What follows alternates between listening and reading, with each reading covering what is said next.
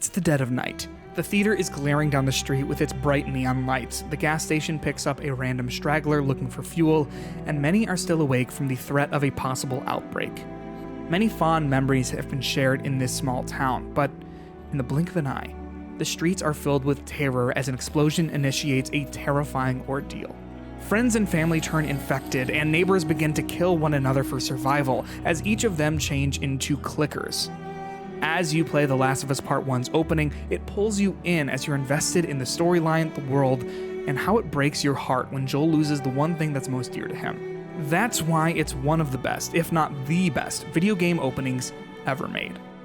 As soon as you boot up the 2022 remake of The Last of Us, you'll notice that it's drop-dead gorgeous from the very first frame. It's the same game as the original 2013 release, but the visuals truly add dimension to the original context. As Sarah sleeps on the couch, you can see every strand of hair cradled on the leather.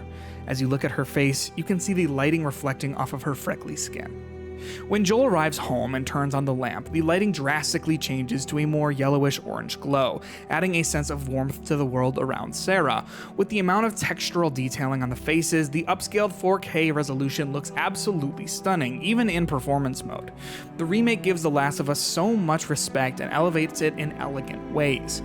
You can tell immediately that there's a strong father-daughter bond between the two. Joel works hard at his job, getting home late at night and paying for the mortgage, while Sarah is genuinely thrilled to see him on his birthday. The facial animation is incredible as the pair show their emotions so naturally. For example, you can see the moment that Sarah's emotions shift plain as day on her face when Joel says that the watch he gifted him doesn't work. The storytelling is beautiful through the environment as well. Sarah's room is brandished with rock band posters, and as she reads her birthday card to her father, it says that he's not a fan of the stuff she likes. However, the note itself shows how much she cares for Joel despite their differences. The visuals in The Last of Us Part 1 also do an incredible job of building the world.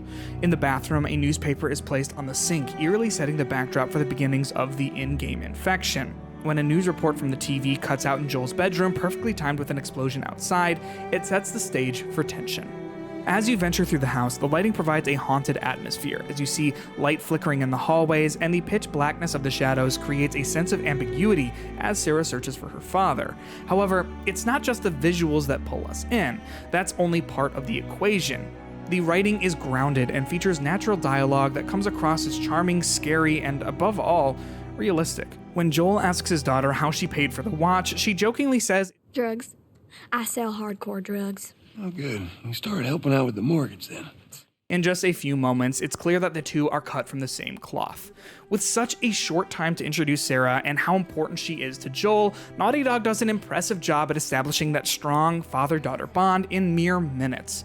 Another major factor of the introduction's effectiveness is how it plants the seeds of Joel and how he treats his fellow humans 20 years after the infection. Joel is driving Sarah and his brother Tommy to escape the city, but as a family calls for help, Tommy encourages him not to pick them up.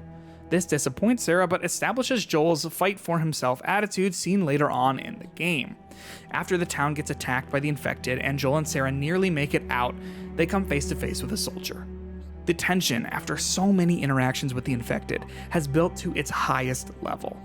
The soldier points his gun at both Sarah and Joel, apprehensive, but as an effective foreshadowing of the cutthroat post-apocalyptic world the player will face. He opens fire at the pair and kills Sarah.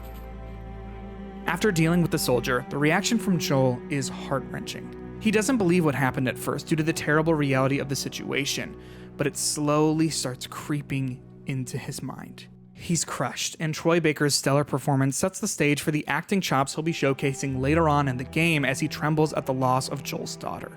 Joel rocks her in his arms as you watch Sarah's shocked, still eyes go dark. Hannah Hayes as Sarah also helps strike that dramatic dagger into the player's heart as she gasps for breath in absolute hysterics. It's a heartbreaking end to the prologue, and after this moment, it immediately draws the opening credits, creating a powerful shot to the heart for anyone watching. In just minutes, the player gets so invested in this father-daughter connection, and then it's gone, just like that. It doesn't just end there, though. The relationship Joel has with Sarah and how it's lost so bitterly helps explain why he struggles to connect with Ellie 20 years later. As the game goes on and Joel begins to connect with her, he's so afraid of losing this newfound relationship that he tries to reject it. The opening is so effective at letting us know why he is the way he is, and if it wasn't in the game, that connection between Joel and Ellie that eventually emerges would be a fraction of the strength.